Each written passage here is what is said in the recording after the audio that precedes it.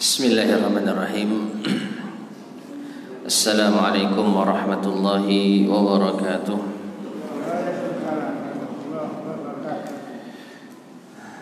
Innal hamdalillah nahmaduhu wa nasta'inuhu wa nastaghfiruh wa na'udzu billahi min shururi anfusina wa min sayyiati a'malina. Man yahdihillahu fala mudilla lahu ومن يضلل فلا هادي له وأشهد أن لا إله إلا الله وحده لا شريك له وأشهد أن محمدا عبده ورسوله اللهم صل وسلم وبارك على نبينا محمد وعلى آله وأصحابه ومن تبعهم بإحسان إلى يوم الدين أما بعد. Alhamdulillah, ma'asyar muslimin rahimani wa rahimakumullah. Kita bisa melanjutkan kembali kajian kita membahas kitab Al-Kabair, dosa-dosa besar yang disusun oleh Al-Imam Az-Zahabi rahimahullah ta'ala. Dan sekarang kita masuk pada Al-Kabiratul Arba'un, dosa besar yang ke-40.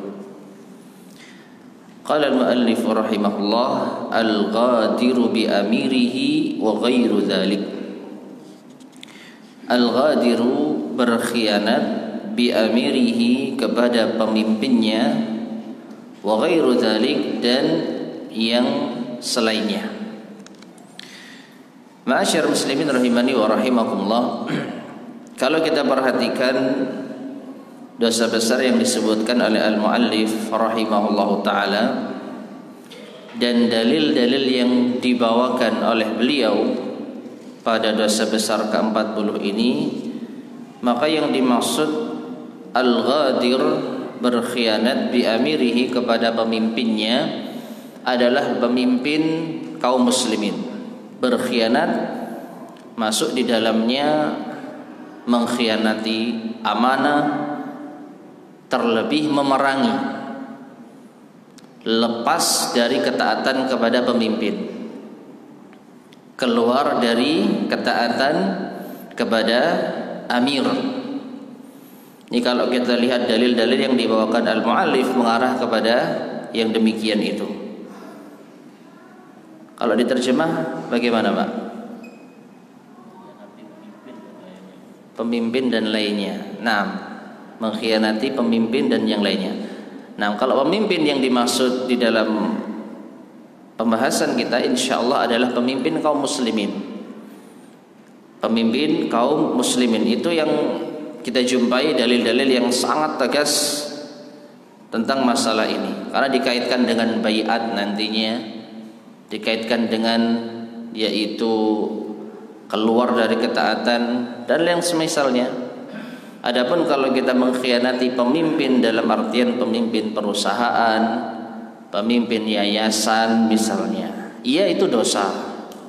Tapi dalil-dalil yang dibawakan oleh al-mu'allif wallahu a'lam bishawab kurang mengarah ke sana. Jadi yang namanya khianat itu dosa. Kita sepakat. Ya, yang namanya khianat itu dosa. Dan termasuk di antara tanda dekatnya hari kiamat. Idza usnidal amru ila ghairi ahli idza tuyi'atil amanah fantadhiris sa'ah, kata Nabi sallallahu alaihi wasallam. Apabila amanah sudah disia-siakan maka tunggulah datangnya hari kiamat. Amanah disia-siakan berarti orang-orang itu apa? Berkhianat. Nah, ini secara umum dilarang. Nah, yang lebih dilarang lagi berkhianat kepada pemimpin kaum muslimin, kepada waliul amr. Nah, ini yang insyaallah dimaksud oleh al-mu'allif secara khusus di dalam pembahasan ini. Wallahu a'lam bishawab. Nah, sekarang kita masuk pada dalil-dalil yang dibawakan oleh al-Imam Az-Zahabi rahimahullah tentang dosa besar yang ke-40 ini. Qala Allah Ta'ala berfirman, wa aufu bil ahdi innal ahda kana mas'ula. Dalam surat Al-Isra ayat ke-34. Wa aufu bil ahd, dan penuhilah janji kalian. Innal ahda, sesungguhnya janji itu kana mas'ula, nanti akan dimintai pertanggungjawabannya. Ayat ini jamaah sekalian rahimani wa rahimakumullah masih bersifat umum.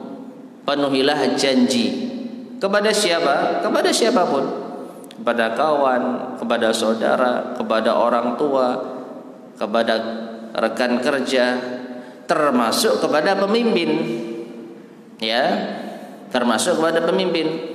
Nah, di antara janji yang harus kita tunaikan kepada pemimpin kaum muslimin adalah as-sam'u wa ta'ah, mendengar dan taat.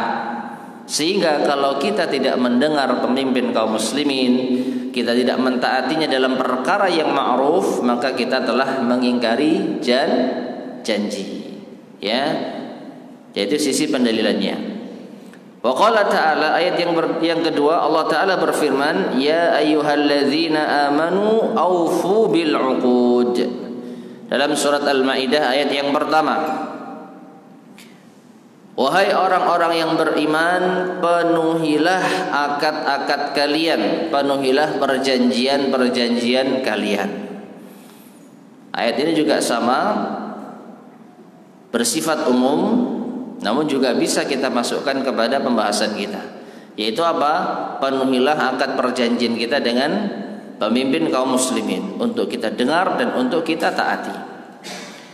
Ayat yang ketiga, wa qala ta'ala, Allah Ta'ala berfirman, wa aufu bi ahdillahi idza ahadtum, dan penuhilah janji-janji Allah, dan penuhilah oleh kalian janji kepada Allah apabila kalian berjanji kepadanya. Surat An-Nahl ayat ke-91. Nah, ma'asyiral muslimin rahimani wa rahimakumullah, kalau kita perhatikan, ya, wa aufu bi ahdillah, penuhilah janji kalian kepada Allah.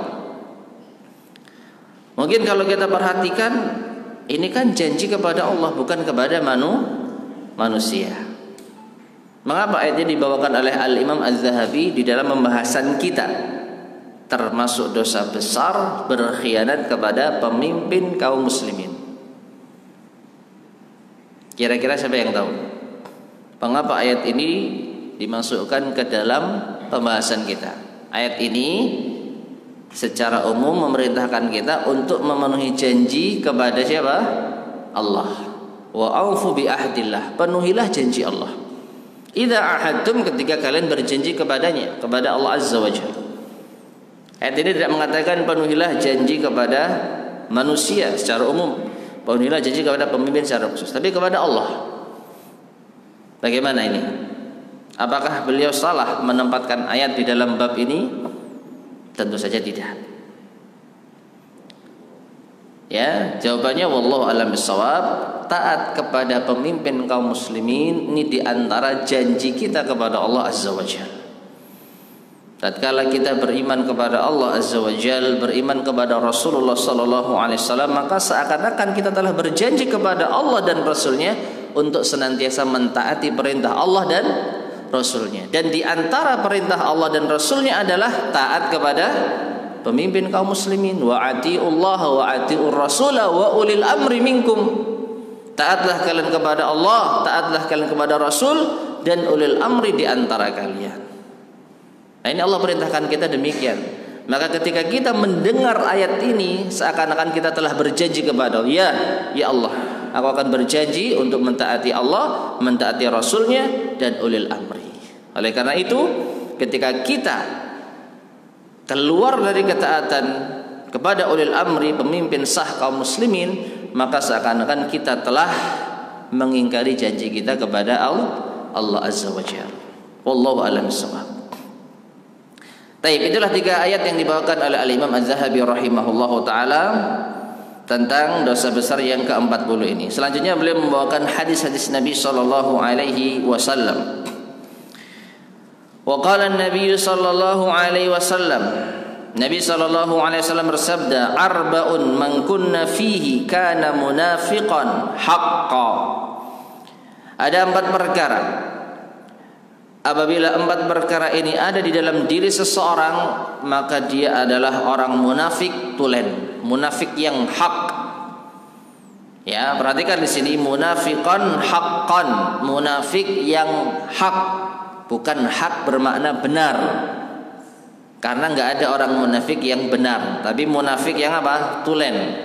Munafik yang hakiki, munafik yang sesungguhnya. Apa itu? Man idza haddatsa kadzaba. Apabila ia berbicara dusta. Wa idza tumina khana, apabila diberi amanat khianat. Wa idza ahada ghadara, dan apabila ia berjanji ia ingkari. Ya, bisa bermakna ingkari, bisa makna khianati, sama saja sebenarnya. Wa idza khasama fajara, dan apabila ia berperkara, ada masalah dengan orang lain, fajara, dia berbuat fajir, berbuat curang. Muttafaqun alaih, hadis ini disepakati kesahihannya oleh Bukhari dan Muslim. Taib, masyarakat muslimin rahimani wa rahimakumullah. 4 perkara ini kalau ada pada diri seseorang, maka dia munafik tulen, munafik hakiki. Namun apabila ada salah satu di antara keempat ini, maka dia terjangkit penyakit kemunafikan hingga ia meninggalkannya, sebagaimana dalam riwayat yang lain. Nah, perhatikan di sini, keempat perkara ini salah satunya yang terkait dengan pembahasan kita adalah wa idza ahada ghadara. Apabila dia berjanji, dia ingkari, dia khianati. Ya, ini yang sesuai dengan pembahasan kita. Maka orang yang mengingkari janjinya kepada pemimpin kaum muslimin secara khusus dan juga kepada umat Islam, pada manusia secara umum, maka dia memiliki salah satu dari sifat kemunafikan. Nah, dan sebenarnya juga kita bisa masukkan yang kedua, wa idza tumina khana. Kalau ia diberi amanat apa? Khianat. Ya, seorang pasukan misalnya diberi amanah untuk menjaga suatu daerah, ternyata dia membelot. Justru dia bergabung dengan pasukan musuh untuk menyerang umat Islam. Maka ini termasuk apa? Pengkhianatan dari amanah yang telah diamanahkan, dan juga termasuk diantara berkhianat kepada pemimpin kaum muslimin. Jadi di sini wallahu a'lam bishawab, 2 sifat yang ada di dalam 4 sifat ini yang terkait dengan pembahasan kita. Wa idza tumina khana, kalau diberi amanah berkhianat. Wa idza ahada ghadara, kalau ia berjanji mengingkarinya. Taib, hadis yang kedua. Wa qala, dan Nabi SAW juga bersabda, likulli ghadirin liwa'un yaumal qiyamati inda istihi. Setiap orang yang berkhianat, maka di hari kiamat akan diletakkan bendera dengan tongkatnya, maaf, di duburnya.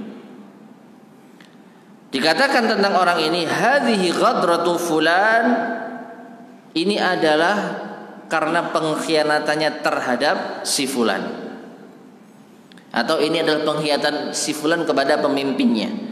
Ala wala ghadira a'dama ghadran min amiri ammatin. Ketahuilah, tidak ada pengkhianatan yang lebih besar dosanya daripada berkhianat kepada amiri ammah, pemimpin umum, pemimpin umat Islam secara umum. Ya, dalam hal ini tentu saja pemimpin tertingginya kaum muslimin. Dan tentu saja di setiap daerah berbeda-beda. Nah, seperti itu. Rawahu Muslimun, hadis ini diriwayatkan oleh Imam Muslim. Taib, masyarakat muslimin rahimani wa rahimakumullah. Sebagaimana yang pernah kita sampaikan ya, kalau ada suatu azab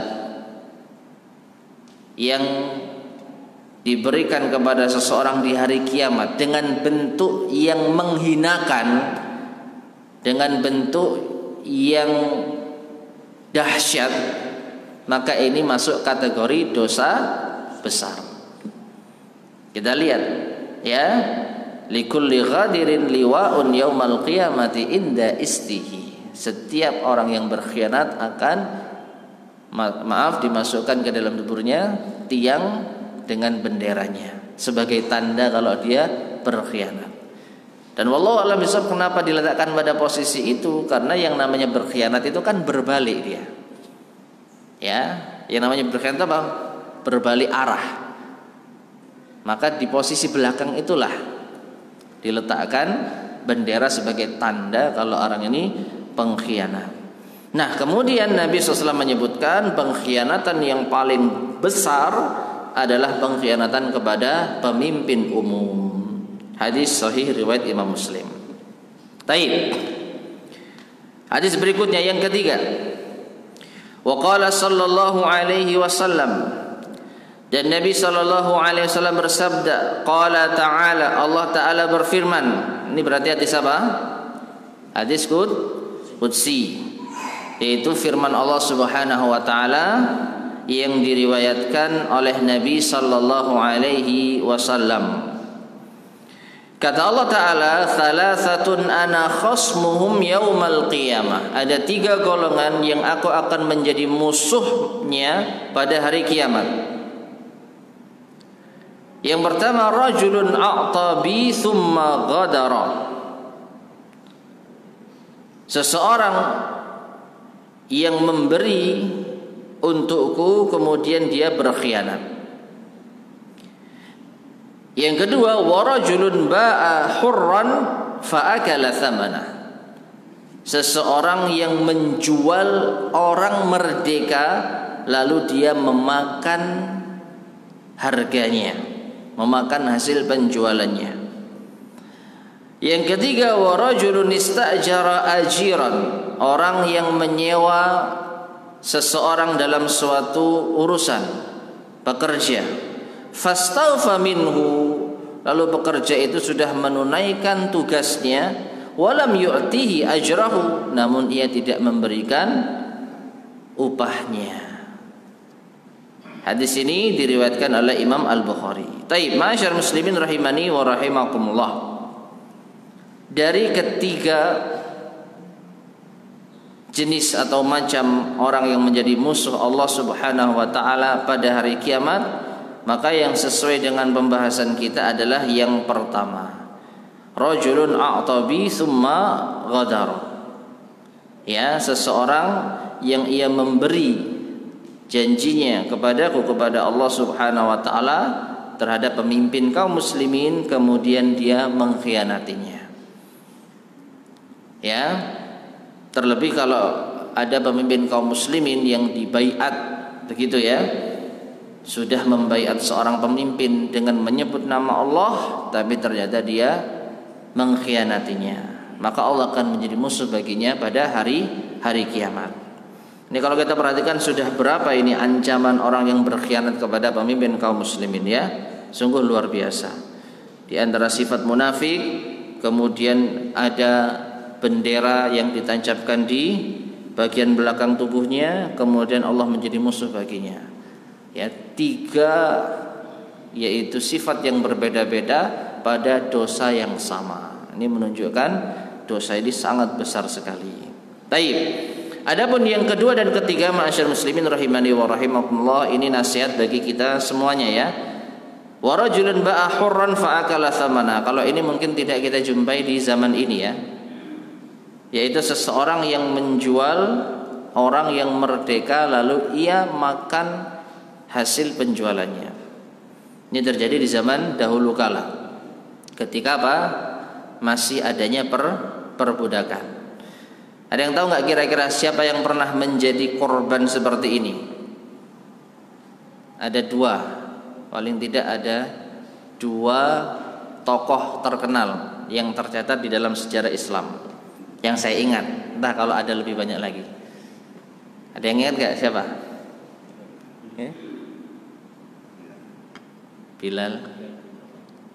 Bilal memang budak setahu saya, kemudian dibebaskan. Orang merdeka kemudian dijual. Siapa? Zaid bin Harithah. Beliau sampai Setahu saya merdeka dari dulu. Orang merdeka kemudian dijual, dijadikan budak kemudian dijual. Yang pertama, yang kedua Salman. Yang pertama Nabi Yusuf alaihissalam. Nabi Yusuf alaihissalam, ya, ketika beliau dilempar ke dalam yaitu lubang, ditemu oleh siapa? Kafilah dagang, ya, kafilah dagang. Ini orang merdeka, diambil tapi diklaim sebagai budak kemudian dijual. Ya. Dan perhatikan masyarakat muslimin rahimani wa rahimakumullah, ini menunjukkan kalau perbudakan itu bukan berasal dari Islam. Perbudakan itu bukan berasal dari Islam. Tetapi kok Islam mengakui adanya perbudakan? Ya karena di zaman dahulu kala, bahasa kita di dunia internasional di zaman dahulu, perbudakan itu ada. Maka Islam mengikuti, menyelaraskan, cuman diatur.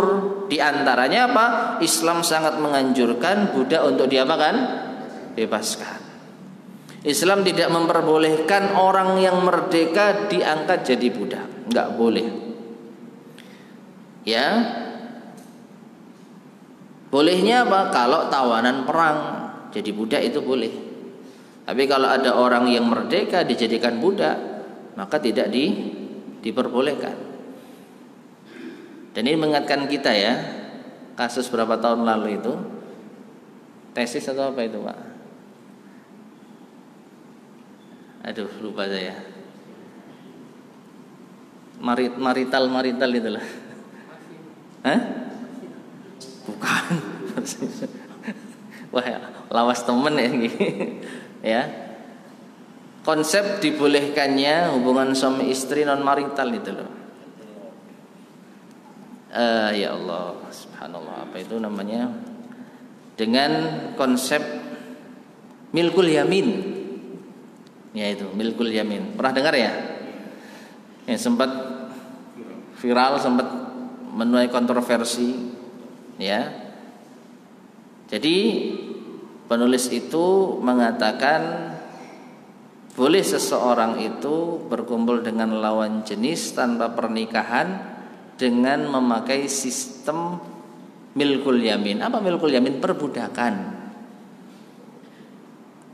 Di sang wanita itu dianggap sebagai budaknya, tuannya mengumpulinya, itu boleh, kata si penulis ini. Ya, maka kita katakan di dalam Islam cara seperti itu nggak boleh.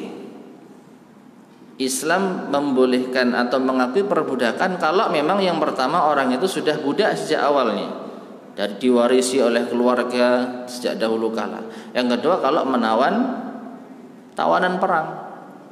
Tapi kalau ada orang merdeka lalu dia menurunkan derajatnya menjadi budak agar bisa dikumpuli oleh tuannya, maka ini jelas perzinahan.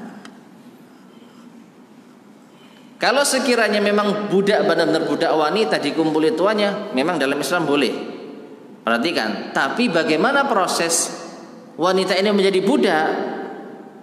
Ini yang harus kita telusuri. Kalau memang dia budak, dari awal memang budak, diwarisi oleh yaitu orang-orang kafir, kemudian dijual dan lain sebagainya, maka ini yang diperbolehkan. Tapi kalau ada orang merdeka, ya, kemudian supaya bisa dikumpuli oleh laki-laki dengan cara yang halal, lalu dia mengatakan, "Mas, aku tak jadi budak sampean saja supaya saya halal dikumpuli," maka ini haram. Dan wallahu a'lam bishawab, yang saya pahami arahnya ke sana. Ya, diperbolehkannya hubungan suami istri non marital tanpa adanya pertikahan dengan konsep milkul yamin, perbudakan. Maka sekali lagi Islam mengakui perbudakan tapi ada batasan-batasannya. Nah, kisah Nabi Yusuf alaihissalam, dia nggak boleh untuk dijual jadi budak. Dia adalah orang yang merdeka. Tapi siapa yang menjadikan dia budak? Apakah Muslim? Apakah orang Islam? Wallahu a'lam bishawab, saya tidak. Jadi ada kafilah dagang yang memungutnya lalu dijual. Dan ini sebelum adanya Islam. Maka jelas perbudakan itu bukan dari Islam. Secara asal bukan dari Islam. Nah, ini kisah yang pertama. Kisah yang kedua, Salman Al-Farisi. Ini juga sama. Ya, dia orang Majusi, kemudian dia berguru kepada pendeta. Akhirnya dia ditunjukkan suatu tempat yang di sana banyak tumbuh pohon kurma. Nabi terakhir akan ada di sana. Akhirnya dia berangkat, lalu dia ditipu oleh orang. Ya, ditipu. Ya, kamu akan saya antarkan ke tempat sana, tapi hartanya dikuras dan dia diklaim sebagai seorang budak. Salman bukan orang Arab ya. Salman itu orang Persia. Jadi dia mau, saya bukan budak gitu misalnya. Siapa saudaramu? Enggak ada yang kenal kamu. Dah, kamu budak. Akhirnya Salman pun menjadi budak. Dan lagi-lagi pelakunya bukan umat Islam. Nah, seperti itu. Ya. Nah, orang yang melakukan perbuatan semacam ini, maka kelak di hari kiamat akan menjadi musuh Allah Subhanahu wa taala. Menjadikan orang yang merdeka sebagai budak, lalu dijual, lalu hartanya dimakan.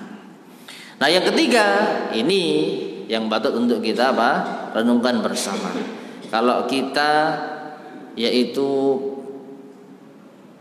menyuruh orang untuk bekerja dalam suatu tugas, maka hendaknya kita membayar upahnya ketika pekerjaan sudah selesai.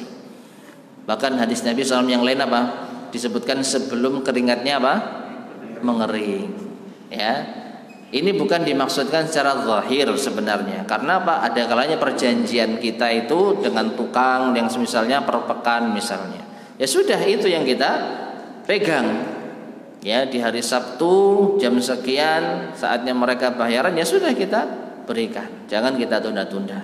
Kalau sampai kita tunda sehingga itu memudaratkan orang yang kita pekerjakan, maka kita akan menjadi musuh Allah di hari kiamat. Dan kalau kita dimusuhi Allah SWT, siapa yang mau membantu? Kita semua butuh pertolongan Allah Azza wa Jalla. Taib. Kemudian hadis berikutnya, wa qala sallallahu alaihi wasallam, dan Nabi sallallahu alaihi wasallam bersabda, man khala'a yadan min ta'atin, barang siapa yang mencabut tangannya dari ketaatan, laqiyallaha yaumal qiyamah wala hujjatalah, dan dia akan bertemu dengan Allah di hari kiamat dalam keadaan tidak memiliki hujjah. Wa man mata wa laysa fi unuqihi bai'atun mata mitatan jahiliyah, dan barang siapa yang mati dalam keadaan di lehernya tidak ada baiat, maka ia mati sebagaimana matinya jahiliyah. Rawahu Muslim. Hadis riwayat Imam Muslim. Taib masyarakat muslimin rahimani wa rahimakumullah, hadis ini sahih. Namun sebagian kalangan menyalahgunakannya. Di antara kelompok-kelompok yang menyimpang menjadikan hadis ini untuk berbaiat, kewajiban berbaiat kepada kelompoknya. Lihat, Nabi mengatakan sallallahu alaihi wasallam, siapa yang mati tidak ada baiat di lehernya, maka dia mati secara jahiliyah. Sehingga kalau gitu mari baiat kelompok kita, baiat pemimpin kita. Nah, seperti itu. Nah, oleh karena itu masyarakat muslimin rahimani wa rahimakumullah, hadis sahih ini banyak disalahgunakan. Lalu bagaimana pemahaman yang benar? Pemahaman yang benar jemaah sekalian rahimani wa rahimakumullah, kalau ada pemimpin kaum muslimin yang sah dan seluruh para ulama ahlu sunnah membaiatnya, maka kita wajib membaiatnya. Ya, contohnya nanti kalau sudah ada imam siapa? Mahdi. Ya, ketika Imam Mahdi dibaiat, maka kita seluruh umat Islam harus membaiatnya pula, wajib membaiatnya pula. Nah, baru hadis ini diberlakukan. Tapi kalau kita diwajibkan untuk membaiat setiap kelompok yang memiliki amir tersendiri, kelompok A punya amir si fulan, kelompok B punya amir si fulan yang lain, maka tentu ini bukan baiat yang dimaksud. Bahkan justru mereka berkelompok-kelompok, berpecah belah, saling berperang, saling bermusuhan. Tentu ini bukan baiat yang dimaksud. Ya. Namunlah kalau kita jumpai memang sebagian umat Islam yang mereka tidak memiliki landasan ilmu syar'i terkadang terkecoh. Hadisnya sahih, benar.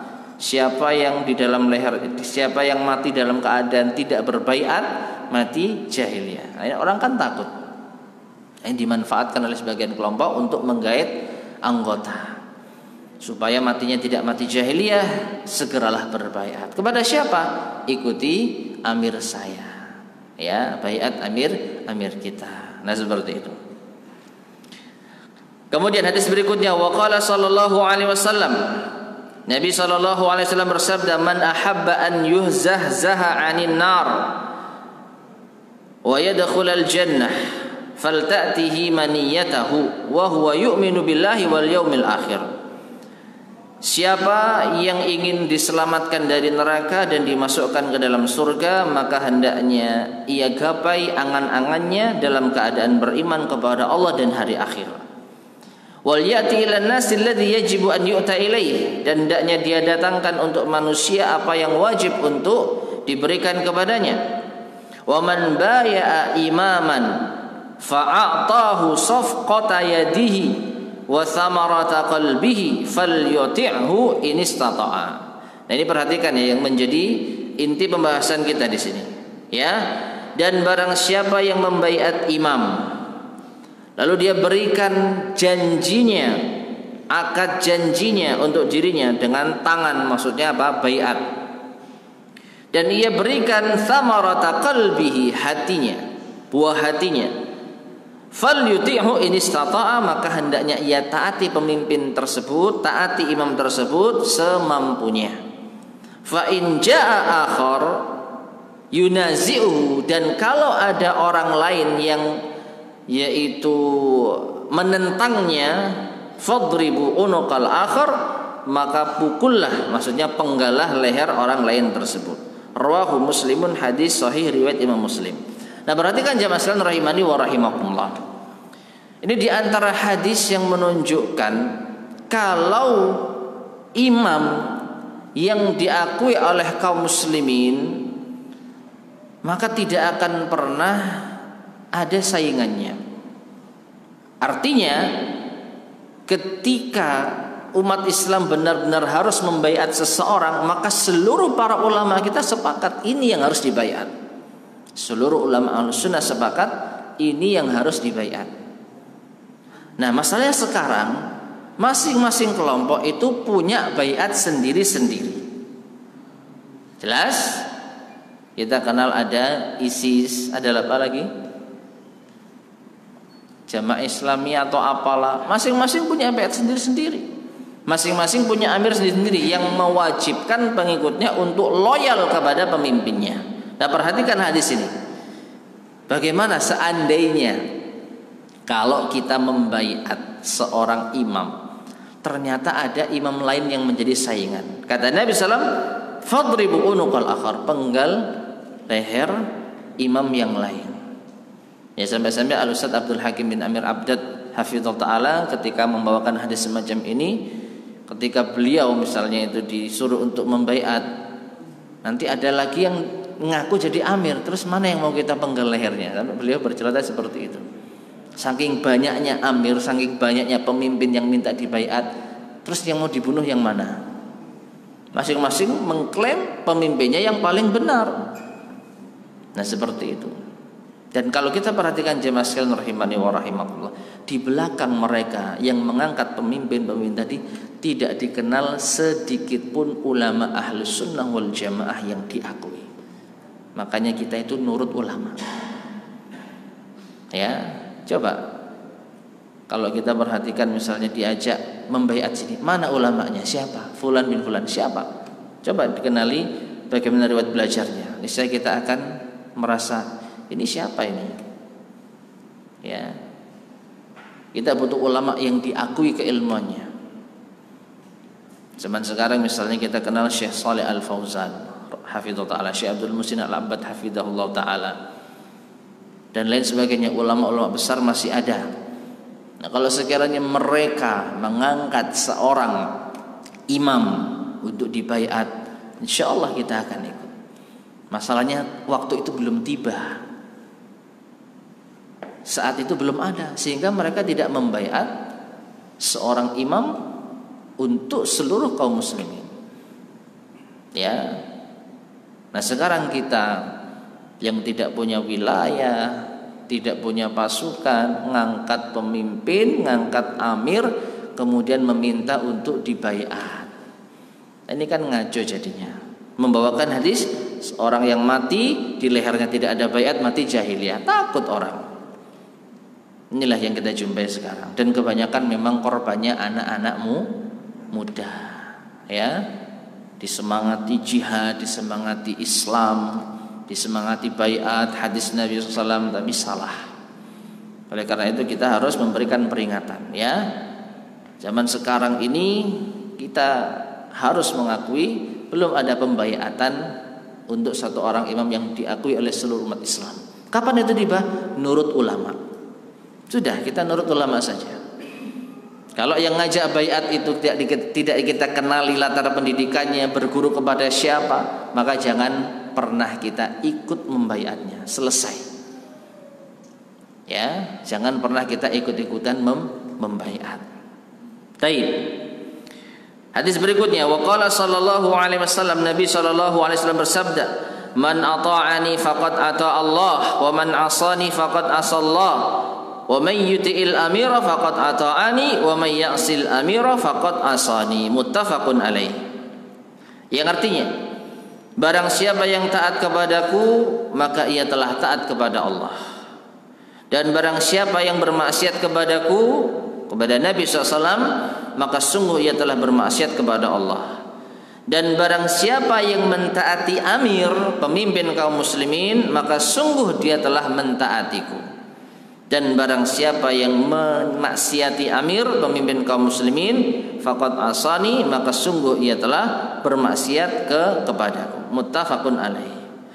Taib masyar muslimin rahimani wa rahimakumullah. Hadis ini bisa kita maknai dengan dua sisi atau dua sudut pandang. Sudut pandang yang pertama, ketika Nabi SAW masih hidup dan juga masih berada di eranya Khulafaur Rasyidin. Yaitu apa? Di sana ada pemimpin-pemimpin daerah. Ya. Jadi ada pemimpin umum, dalam hal ini Nabi SAW. Kemudian di zaman Khulafaur Rasyidin juga demikian, Khalifah Ar-Rasyid, Abu Bakar, Umar, Utsman, Ali. Nah, di samping itu mereka memiliki pemimpin-pemimpin daerah yang dikenal dengan istilah amir. Ya. Jadi ada Amirul Mukminin, pemimpin umumnya kaum mukminin, dan ada amir wilayah, pemimpin daerah yang ditugaskan oleh khalifah saat itu. Sehingga makna hadis ini, siapa yang mentaati amir daerahnya, maka dia telah mentaati amir umumnya. Bisa dipahami ya? Karena rentetannya sama, kurang lebih, siapa yang taat kepada aku, kata Rasulullah, maka dia sama dengan taat kepada Allah. Dan siapa yang taat kepada amir, maka sungguh dia telah taat kepadaku. Ya. Jadi siapa yang telah mentaati pemimpin yang ditunjuk, pemimpin daerah yang ditunjuk oleh pemimpin umum, maka sungguh dia telah mentaati Rasulullah sallallahu alaihi wasallam. Ya, kita ambil contoh misalnya Umar, yaitu menunjuk seorang sahabat, misalnya Ali di suatu daerah menjadi amir wilayah. Maka siapa yang mentaati Ali sama dengan taat kepada Umar. Dan juga ini tentu saja sama dengan taat kepada Rasul sallallahu alaihi wasallam. Nah, ini sudut pandang yang pertama. Sudut pandang yang kedua adalah pemimpin kaum muslimin yang kita jumpai saat ini. Siapapun dia yang menjadi pemimpin resmi umat Islam, bagaimanapun cara dia meraih kekuasaan. Kenapa kita katakan demikian? Karena ada hadis Nabi SAW yang lain yang mengisyaratkan kalau sampai ada seorang budak Habasyi, seorang budak Habasyi tapi dia menjadi pemimpin, maka hendaknya ia taati. Meskipun dipukul punggungnya, meskipun diambil hartanya. Sering dengarkan hadisnya? Ya. Kalau kita dipimpin bebas atau mungkin memberontak, membuat koloni, membuat pasukan lalu merebut wilayah kaum muslimin, mengambil alih dengan pemberontakan, maka kita harus taat kepada budak yang sudah jadi pemimpin tersebut. Nah, ini menunjukkan apa? Bagaimanapun cara yang diperoleh untuk meraih kekuasaan, kalau dia sudah sah menjadi pemimpin suatu negeri umat Islam, maka kita wajib untuk apa? Mentaatinya. Nah, kalau kita taat kepada pemimpin kaum muslimin, maka kita telah taat kepada Rasulullah sallallahu alaihi wasallam. Kalau kita taat kepada Rasulullah, maka kita telah taat kepada siapa? Allah Subhanahu wa taala. Baik. Hadis berikutnya. Wa qala sallallahu alaihi wasallam, Nabi sallallahu alaihi wasallam bersabda, "Man kariha min amirihi syai'an falyasbir." Barang siapa yang membenci dari pemimpinnya sesuatu perkara, hendaknya ia bersabar. Fa innahu man kharaja minas sultani shibran mata mitatan jahiliyatan. Maka sesungguhnya siapa yang keluar dari ketaatan pemimpinnya sejengkal saja, maka ia mati dengan mati jahiliyah. Muttafaqun alaih. Hadis ini disepakati kesahihannya oleh Bukhari dan Muslim. Taib.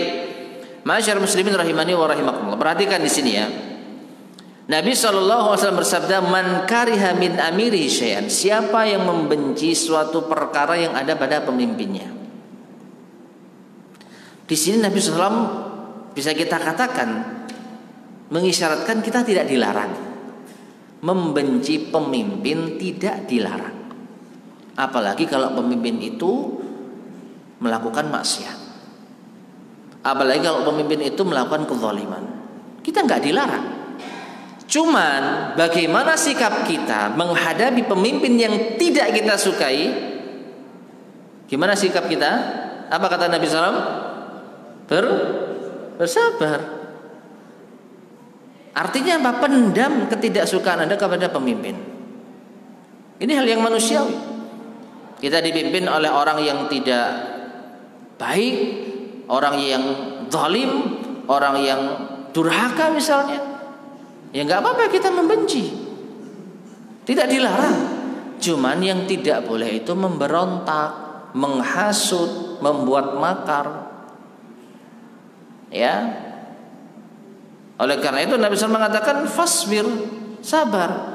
Nabi tidak mengatakan jangan dia benci.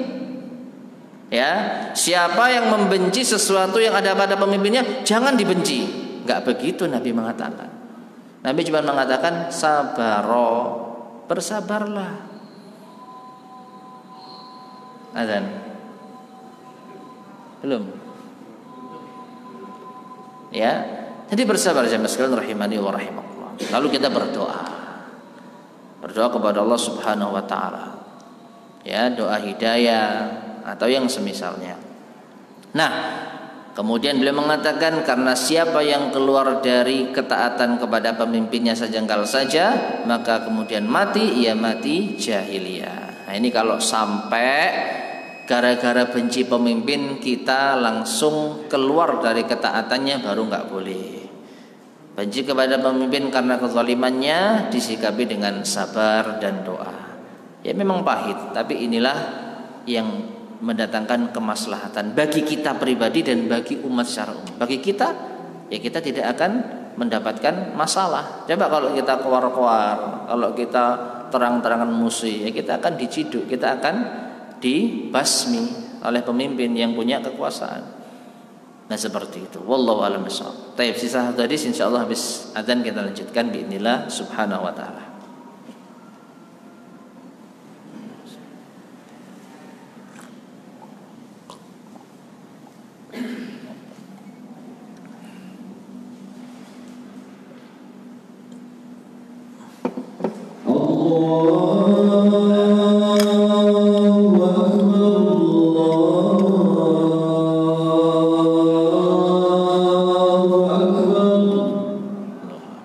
Allah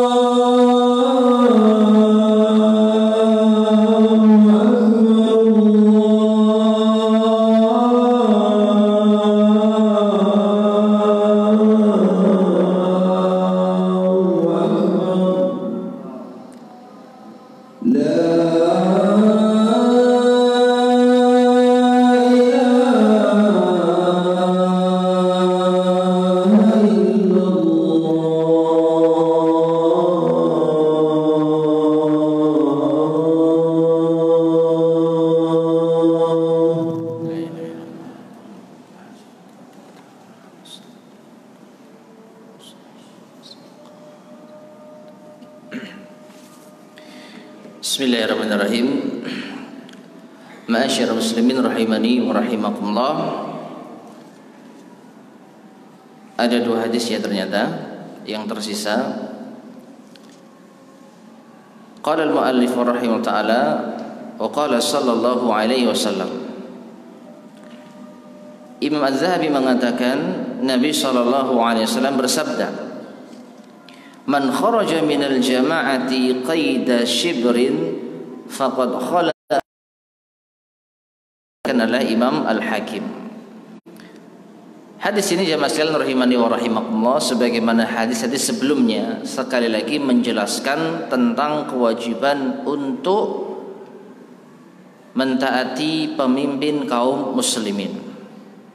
Ya, wa man kharaja minal jamaah, dan siapa yang keluar dari jamaah. Perhatikan di sini.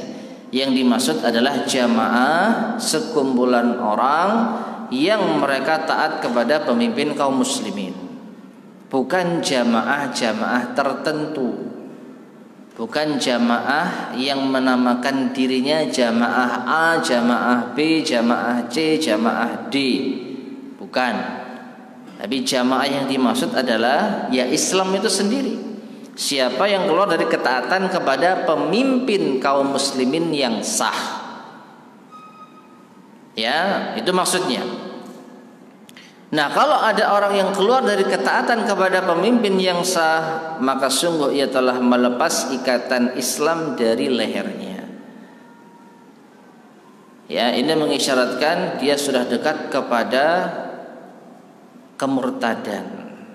Meskipun tidak kita katakan murtad ya, karena Nabi SAW mempermisalkan dengan apa? Melepaskan ikatan Islam. Ya, seakan-akan dia telah menjauh dari Islam. Nah, oleh karena itu sekali lagi jangan sampai kita salah paham. Ya, jamaah yang dimaksud bukan jamaah-jamaah yang kita kenal, tapi adalah pemimpin kaum muslimin yang sah. Sehingga kalau ternyata kita menjumpai jamaah-jamaah yang ada, justru ya hendaknya kita keluar dari jamaah tersebut yang mewajibkan seseorang untuk membaiat pemimpinnya, loyal kepadanya, bahkan naudzubillah mengkafirkan orang yang di luar jamaahnya. Ada ya. Semoga mereka diberi hidayah oleh Allah Subhanahu wa taala. Wa hadza sahihun min wujuhin iddah sihah. Hadis ini sahih dari sisi-sisi yang banyak sekali sahihnya. Wa ayyu jurmin, nah kemudian Imam Zahabi mengatakan, dan dosa besar yang manakah yang lebih a'zam min an tubai'a rajulan, yaitu tatkala engkau membaiat seseorang, thumma tanzi'a yadaka min ta'atih, lalu engkau cabut tanganmu dari ketaatan kepadanya, fatankuthus safqata wa tuqatiluhu bisayfik, engkau merusak akad perjanjian dengannya dan engkau membunuh dirinya dengan tanganmu sendiri atau dengan pedangmu, au tahduluhu hatta yuqtal, atau engkau menghinakannya hingga ia terbunuh. Ya, perhatikan ya, di sini Imam Az-Zahabi yaitu mulai membahas gambaran bagaimana pengkhianatan kepada pemimpin kaum muslimin ini termasuk di antara dosa besar yang harus kita wanti-wanti. Apa itu? Bagaimana ceritanya? Engkau membaiat seseorang lalu engkau mengkhianatinya. Artinya apa? Kalau memang engkau tidak mau taat kepadanya, ya sejak awal jangan membaiat. Ya bahasa kita sejak awal ya jangan membaiat dirinya, ya jangan dia masuk Islam, gampangnya seperti itu. Tapi ketika Anda sudah masuk ke dalam agama Islam dan diatur di sana wajib taat kepada pemimpin, ya Anda wajib taat. Kalau Anda mencabut ketaatan kepadanya, maka itu sama dengan apa? Mengingkari perjanjian dengan dirinya. Ya, sampai-sampai engkau merusak akad perjanjian tersebut lalu engkau membunuhnya. Ini lebih parah lagi, membunuh pemimpin kaum muslimin atau menjadi sebab dia dibunuh, sama saja. Gara-gara kita keluar dari ketaatan kepada dirinya. Dan yang terakhir, waqala sallallahu alaihi wasallam, Nabi sallallahu alaihi wasallam bersabda, man hamala alaina silaha falaysa minna. Hadis riwayat Bukhari dan Muslim. Barang siapa yang mengangkat pedang, mengangkat senjata ke arah kami, ke arah siapa di sini? Nabi SAW bersabda sebagai pemimpin kaum muslimin. Perhatikan, hadis ini memang pertama kali diterapkan untuk siapapun terhadap beliau. Jadi Nabi SAW bersabda sebagai pemimpin kaum muslimin, siapa yang mengarahkan senjatanya kepada kami, siapa yang memberontak kami, falaysa minna, maka bukan termasuk golongan kami. Nah itu ketika di zaman Nabi SAW. Adapun di zaman setelahnya ya sama, siapa yang memberontak mengarahkan senjata kepada pemimpinnya, maka mereka bukan termasuk golongannya Nabi SAW. Dan ini sudah cukup menjelaskan kalau itu dosa besar, tidak dianggap sebagai umatnya Rasulullah sallallahu alaihi wasallam. Wallahu taala alam bissawab. Ma'asyiral muslimin rahimani wa rahimakumullah. Mungkin ini yang bisa kita sampaikan pada kajian kita di malam hari ini. Insyaallah akan kita lanjutkan biidznillah subhanahu wa taala dosa besar yang ke-41. Sampai sini sebelum kita akhiri, barangkali ada yang mau disampaikan, tafadhol silakan. Ada yang tanyakan?